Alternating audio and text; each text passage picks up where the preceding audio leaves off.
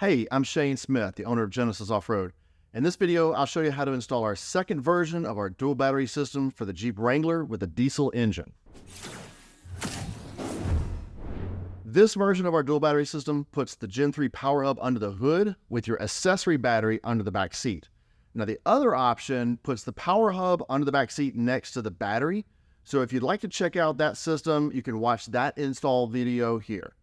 If you're wondering which option you should choose, putting the Power Hub under the hood or under the back seat, we have a detailed overview video that covers the pros and cons of both options to help you decide which one will work best for your situation. And you can watch that video here. Now, I'm assuming you're already familiar with how our Gen 3 dual battery system works, but I'll give you some quick tips at the end of this video on how to use it. But for more information, check out this full overview of the Gen 3 Power Hub. Okay, let's take a look at what comes with this kit. This bracket is going to go on over the top of the factory fuse box to allow us to mount the Power Hub onto the hood. It's going to come with all the wires already attached to it, so there's no wiring for you to figure out. And then you'll also get our adjustable battery brackets along with this mounting base that's going to mount the battery under the back seat legs. And of course, all the hardware that you're going to need to get it installed. Now, everything under the hood is exactly the same for the Gladiator and the Wrangler with the diesel engine. So we're going to reuse some of our footage from the Diesel Gladiator video to show you how to install the Power Hub and run the cables to the back. But then we'll switch over to the Wrangler to show you how to get the battery mounted under the back seat. Okay, let's get started. Okay, like we said, we're going to be mounting the Power Hub under the hood right here on top of the fuse box. Now, the process is going to be the same whether you have a Gladiator or a Wrangler. It's going to look the same in here with the battery, the engine computers, and the fuse box. So we're going to use this bracket to go right over the top of the fuse box to mount the Power Hub. But first, if you've ordered the optional engine on sensor cable, which we do recommend for the Jeeps, then we're going to go ahead and install that first before we cover up the fuse box. So we do recommend this for the Jeeps because they have a variable output alternator.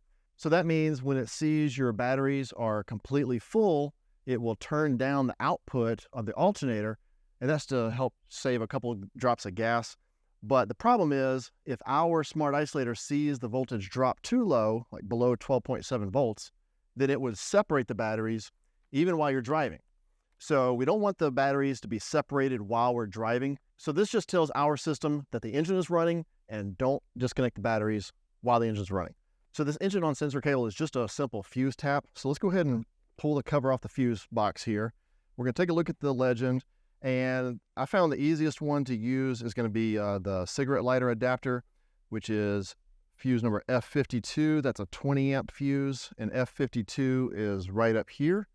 So that's going to correspond to right here next to these relays in the fuse box. That's that 20 amp fuse right there. So let's grab our fuse removal tool. We're going to pull that 20 amp fuse out. And then we're going to put that stock 20 amp fuse into this empty spot on our fuse tap. It'll go right there. And then that circuit will work exactly like it did before. We're just tapping into the power side to give us a new circuit. And we'll take that and put that back into the same spot that the fuse came out of. Now, to route this cable out of the fuse box, if you want to, you can cut a little notch in the lid of your fuse box cover right here, just so that wire can pass through.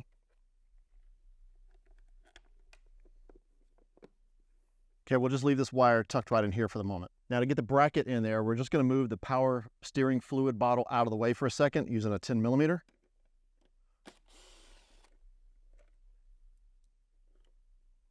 We're going to set our bracket right down on top of that mounting point for the power steering bottle and put the fluid bottle right back on top of our mount. Now, on the gas engine Jeeps, this little tab on the side of the fender here is used to secure the stock battery tray. But on the diesel and 392, there's probably not going to be any hardware in that mount. So grab the two 10 millimeter bolts out of your hardware baggie to secure that bracket down. If you can't get your fingers in there, you might want to use a socket with an extension to help you reach that bolt hole. You tighten up all three of those bolts. Okay, now grab the Power Hub, and we're going to set that on top of the base, and then we'll secure it down with the 4 nuts that came in the hardware bag.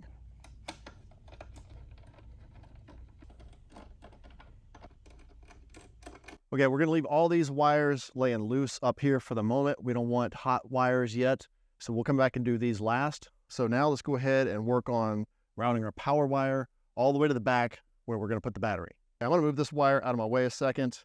And then for our long power wire, I'm gonna route this kind of under this other factory wire bundle. Then we're gonna go right down between the tray and the fender. You should be able to reach in from under the fender liner and pull the rest of that slack through. Okay, that wire is gonna just lay right in that channel right there. Nice and neat. Okay, now I'm gonna lay down under the vehicle and I'll show you how to route the cable along the frame rail. We're gonna come up inside the vehicle right here by the B-pillar. Okay, now we're looking from the front towards the back. This is my inner fender liner. This is where the wire is coming down the inner fender liner. I wanna go over the top of this body mount to get over the frame to get to the inside of the frame. That'll come across the top of the frame right here by your control arm mount. So let's pull all this slack through from right here. Then we'll go over the next cross member and over some of the hoses that are attached to the exhaust system right here. Okay, now we're gonna go back to the beginning over here and we're gonna tuck this wire up on top of the frame to keep it completely away from that exhaust.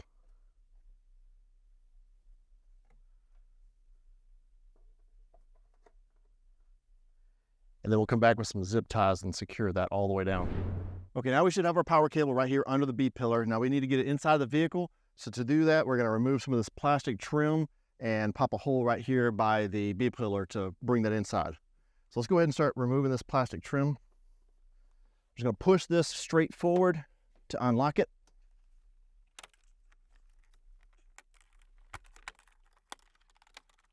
I'm gonna use a little pry tool to pop this little cover off from around the seat belt.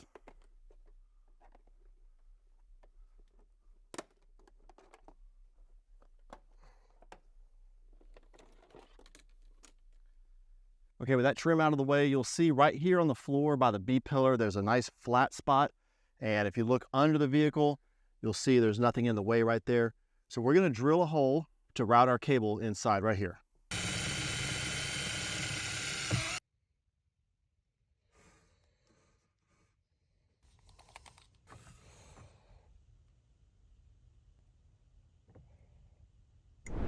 Now we'll run our wire through our rubber grommet here. I put a little bit of soap on there to make that go through a little bit easier. You can use some WD-40 too if you want.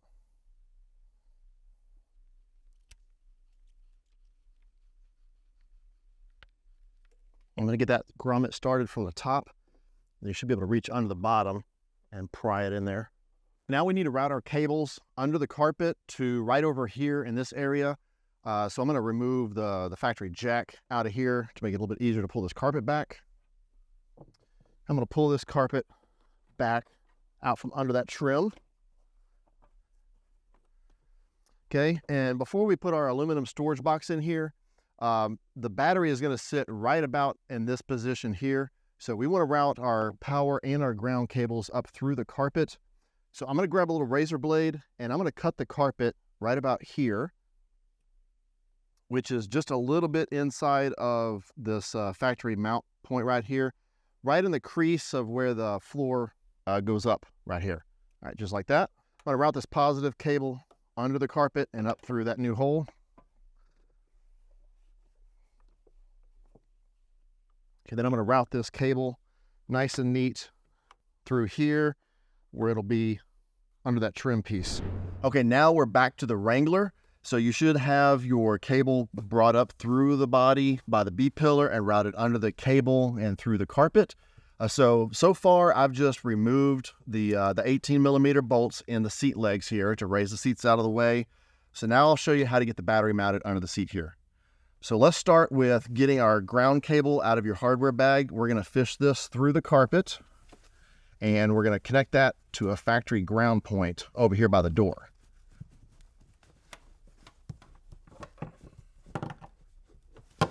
So I'll pull back this carpet and this trim, and right under this door trim, you're gonna see a factory ground point right here on the floor, and we'll remove that nut with a 10 millimeter. Attach our cable right there and put that 10 millimeter nut back on.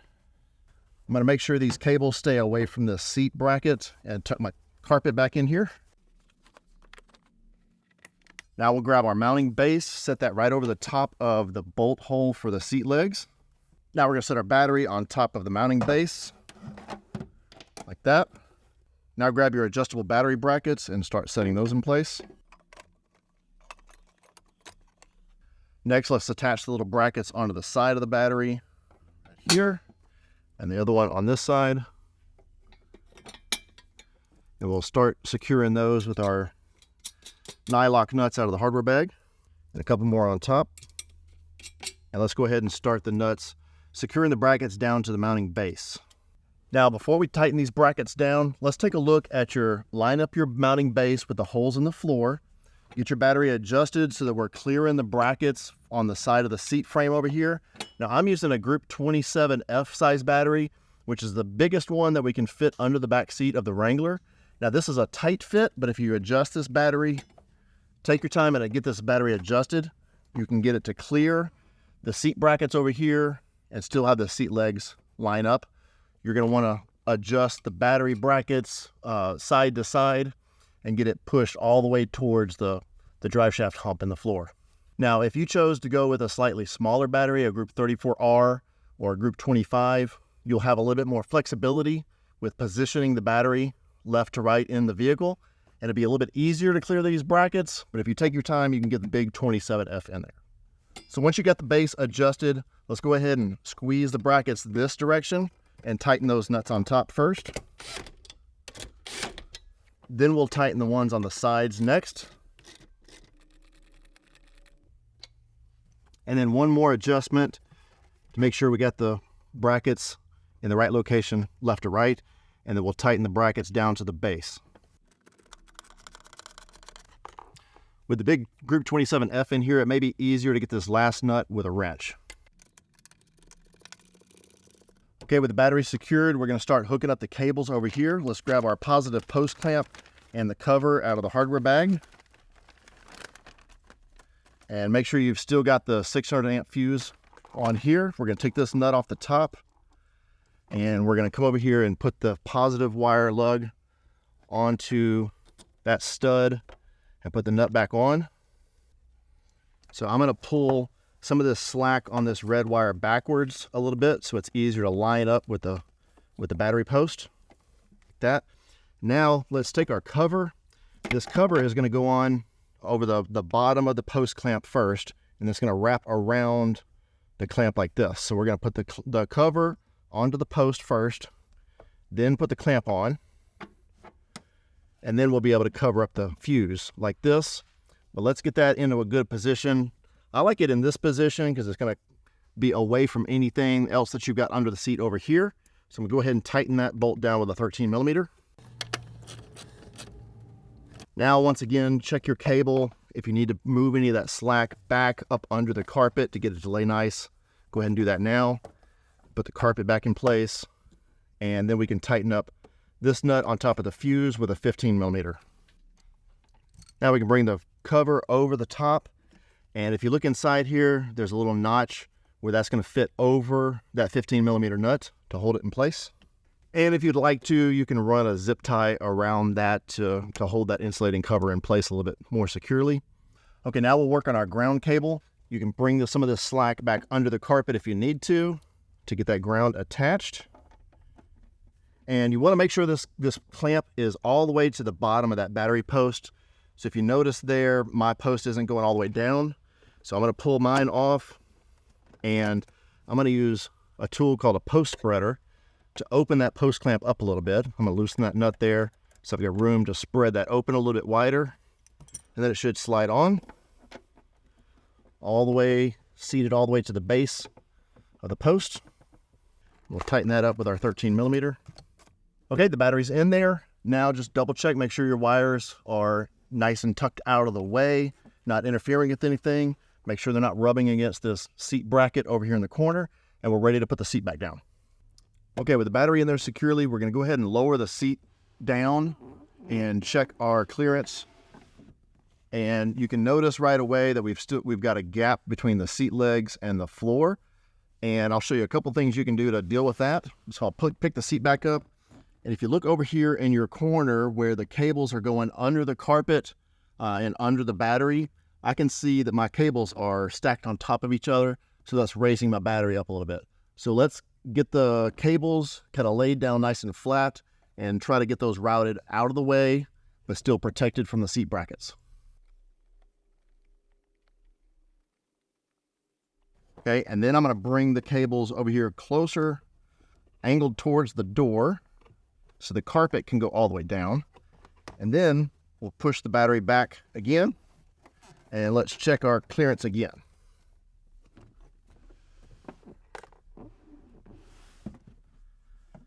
Okay, and you can see that the seat wants to push the battery forward.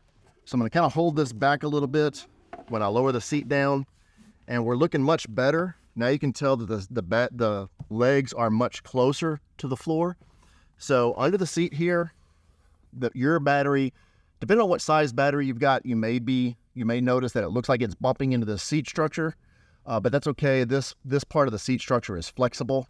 So we're going to lower these seat legs down and go ahead and start our seat leg bolts. And then as we drive those bolts down, it's going to bring that seat on down. It'll be just fine. So with the seat still loose, I'm going to wiggle my battery back a little bit, get it into a good position, and then start my bolts. Okay, when you get one side in there, you can get a couple of turns started in that hole. If you're kind of struggling to get the other one in there with the big Group 27F battery, you can lift the seat back up, loosen your brackets for to hold the battery to the base, adjust the brackets a little bit, and then put it back in there.